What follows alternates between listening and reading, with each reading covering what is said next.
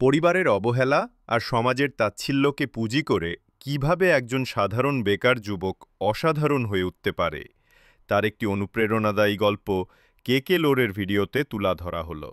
Orhan চিন্তিত মুখে হেঁটে যাচ্ছে। গ্রামের চায়ের দোকানে তার সহপাঠীরা বসে আড্ডা দিচ্ছে।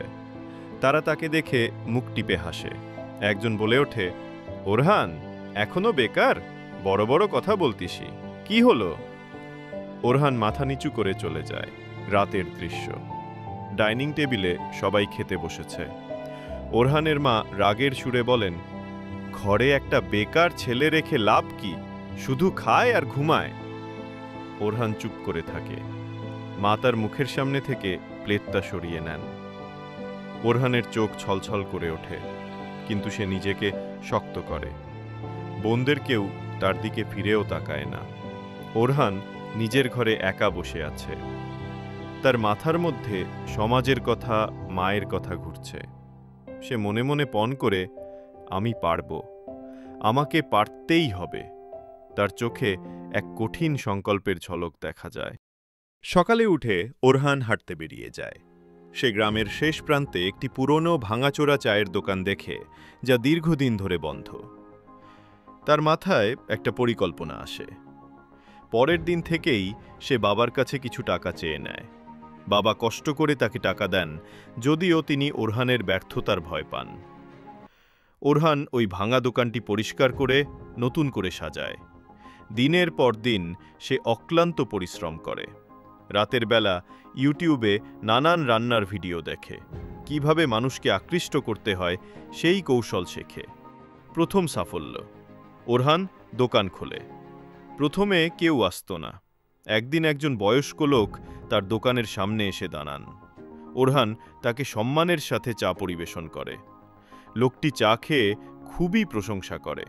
ধীরে ধীরে গ্রামের লোকেরা ওরহানের দোকানে আসতে শুরু করে। তার ব্যবহারের কারণে এবং চায়ের স্বাদের জন্য তার দোকানের সুনাম ছড়িয়ে পড়ে। ধীরে ধীরে ওরহান তার দোকানে নানা ধরনের খাবার, যেমন পাউরুটি, বিস্কিট এবং অন্যান্য স্ন্যাক্স বিক্রি করতে শুরু করে। অল্প সময়েই তার ব্যবসা বড় হয়। সে তার দোকানটিকে আধুনিক রূপ দেয়। ওরহানের ব্যবসা এতটাই সফল হয় যে সে শুধু চায়ের দোকানদার নয়, গ্রামের একজন সফল ব্যবসায়ী হিসেবে পরিচিতি পায়। ওরহান তার বাবার হাতে কিছু টাকা তুলে দেয়। বাবা অবাক হয়ে ছেলের দিকে তাকিয়ে থাকেন। এরপর ওরহান তার বোনদের জন্য নতুন জামাকাপড় কিনে আনে। মায়ের কাছে গিয়ে বলে, মা, আজ থেকে আর আপনাকে কষ্ট করতে হবে না।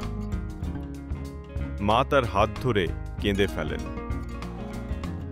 একদিন সেই সহপাঠীরা ওরহানের দোকানে আসে। এবার তারা আর হাসে না, বরং ওরহানের কাছে এসে তার সফলতার রহস্য জানতে চায়।